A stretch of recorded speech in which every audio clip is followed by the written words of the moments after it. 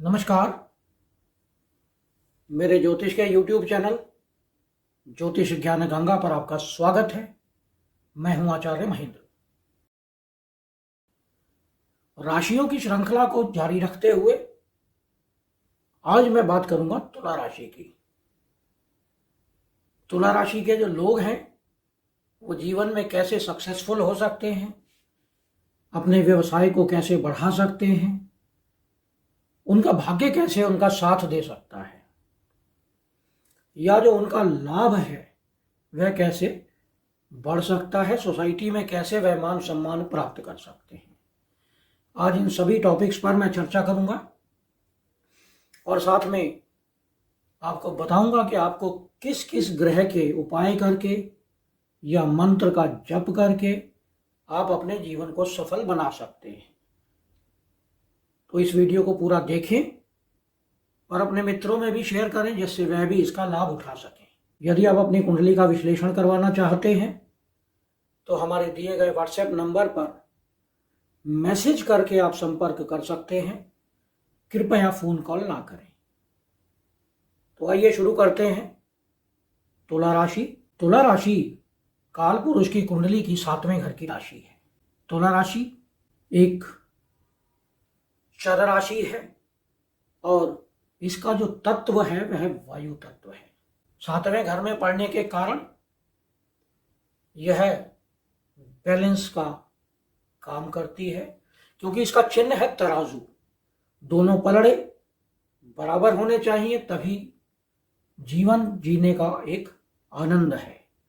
तो तुला राशि हमारे जीवन साथी का, हमारे पार्टनर का, हमारे जीवन में जो बैलेंसिंग है उसका, हमारे भीतर जो एक जजमेंट लेने की क्षमता है, निर्णय लेने की क्षमता है उसका, और बिना पक्षपात के निर्णय लेने का प्रतिनिधित्व करती है। तुला राशि के स्वामी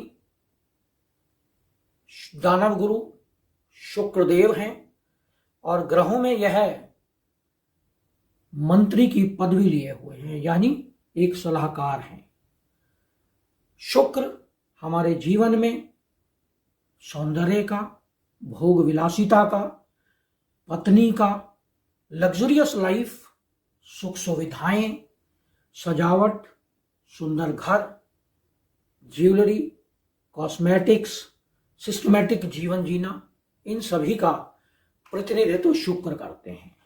क्योंकि राशि का स्वामी शुक्र है तो यदि कुंडली में शुक्र बलवान है, उच्च का है, यानी मीन राशि में यदि शुक्र हो तो वह उच्च का होता है, तो शुभ परिणाम देता है। यदि वह शुभ ग्रहों के साथ हो, शुभ ग्रहों से दृष्ट हो, मित्र राशि में हो तो भी शुभ परिणाम शुक्र देता है। यदि तुला राशि के लोगों के लिए शुक्र बलवान है तो उन्हें सोसाइटी में मान सम्मान मिलता है, पद की प्राप्ति होती है, हेल्थ अच्छी होती है। यदि शुक्र कमजोर है तो कई समस्याओं का उन्हें सामना करना पड़ता है। अगर हम भाग्य की बात करें तो भाग्य भाव का स्वामी है बुध, ग्रहों में राजकुमार। कर्मस्थान यानी हमारे व्यवसाय का स्वामी, हमारे कर्मस्थान का स्वामी ग्रहों में रानी चंद्रमा है और लाभ स्थान का स्वामी ग्रहों का राजा सूर्य है। यदि यह सभी ग्रह आपकी कुंडली में बलवान हैं तो आप जीवन में ऊंचाइयां छूते चले जाते हैं, अनंत ऊंचाइयों तक आप जा सकते हैं।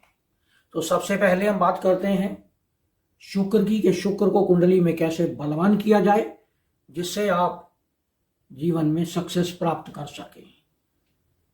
क्योंकि शुक्र हमारे जीवन साथी का कारक है तो आपको अपने जीवन साथी का सम्मान करना चाहिए। जीवन साथी के सम्मान करने से शुक्र प्रसन्न होते हैं, आपको ऊंचाइयों तक ले जाते हैं। दुर्गा सप्तशती का पाठ करें, दुर्गा चालीसा का पाठ करें, उससे भी शुक्र प्रसन्न होते हैं।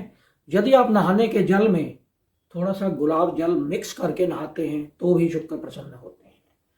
साफ सफाई का आप अपने घर में ध्यान रखते हैं, सफेद चंदन का तिलक आप अपने माथे पर और नाभि पर लगाते हैं तो भी शुक्र शुभ परिणाम देते हैं। यदि हम बुध की बात करें, जो आपके भाग्य भाव का स्वामी है, अक्सर देखा जाता है कि लोग बोलते हैं मेरी किस्मत खराब है। तो आपको अपनी किस्मत को बलवान करने के लिए, अपने भाग्य को बलवान करने के लिए बुध को बलवान करना होगा। और बुध को बलवान करने के लिए आप अपने मित्रों को धोखा ना दें, क्योंकि बुध मित्रों का कारक है। यदि आप अपने मित्रों के साथ ईमानदारी से पेश आते हैं तो बुध बलवान होते हैं। घर में प्रत्येक बुधवार के दिन विष्णु सहस्त्र नाम का पाठ करें, जिससे बुध प्रसन्न होते हैं। यदि आपके पास समय का अभाव है तो आप एक मंत्र का जाप करें, कम से कम 11 बार। और मंत्र है राम राम रामेति रमे रामे मनोहरमे सहस्र नाम ततुल्यम राम नाम वरानने। यदि आप इस मंत्र का जाप प्रत्येक बुधवार के दिन 11 बार करते हैं तो भी बुध प्रसन्न होते हैं। यदि आप हर एक रंग की बोतल में पानी भरकर धूप में रखते हैं और उस धूप वाले पानी को आप पीते हैं तो भी बुध बलवान होते हैं। और गाय को हरा चारा खिलाने से भी बुध प्रसन्न होते हैं। यदि हम चंद्रमा की बात करें तो चंद्रमा आपके कर्म स्थान के स्वामी हैं, और कर्म स्थान को बलवान करने के लिए, अपने व्यवसाय को बलवान करने के लिए आपको चंद्रमा को बलवान करना होगा। चंद्रमा हमारी माँ का कारक है, स्त्री ग्रह है चंद्रमा। यदि आप महिलाओं का सम्मान करते हैं तो चंद्रमा प्रसन्न होते हैं। आप अपनी माँ की सेवा करते हैं तो भी चंद्रमा प्रसन्न होते हैं। यदि आप में मातृत्व की भावना है, यानी आप दूसरों की मदद करते हैं बिना किसी स्वार्थ के, तो भी चंद्रमा प्रसन्न होते हैं।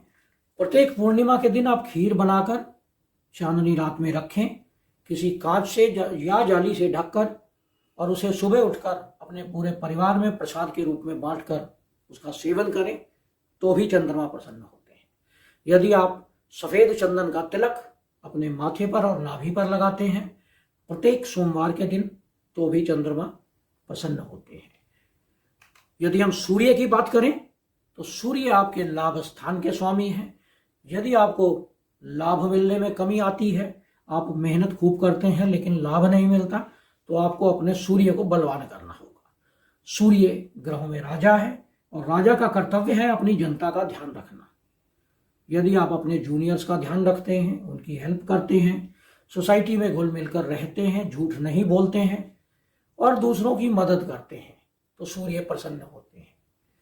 सूर्य को नियमित रूप से अगर आप जल में गुड़ मिलाकर अर्पित करते हैं तो भी सूर्य बलवान होते हैं। और प्रत्येक रविवार के दिन आप केसर का तिलक माथे पर और अपनी नाभि पर लगाएं, इससे भी सूर्य बलवान होते हैं।